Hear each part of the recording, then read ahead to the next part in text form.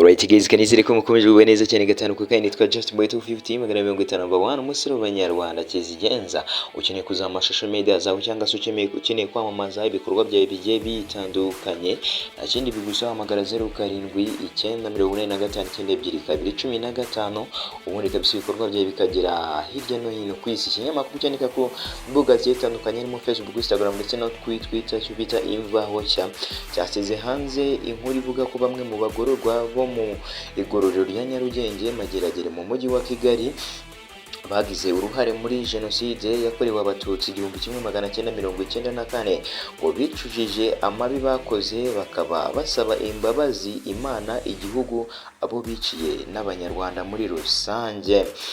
By'umwihariko kandi basaba ko ubutumwa bwo kwicuza bwabo bwagera ku mukuru w'igihugu akamenya ko batagifite umutima w'inyamaswa ahubwo bababaye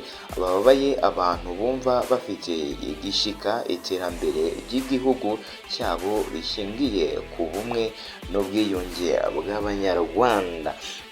Yes, hano ndibaza hari ibintu bari bavuga ngo abantu bemeye gusaba imbabazi cyangwa se bemera ibyaha bakoze barababarirwa, ariko ndibaza igihe gishize ndakeka ashobora kwashize nk'imyaka isaga 30 aba bantu bari mu Rwanda cyangwa ntago bari muri gereza yo mu Rwanda ngo numve ko byibura mu by'ukuri mu myaka 30 baratinze gusaba imbabazi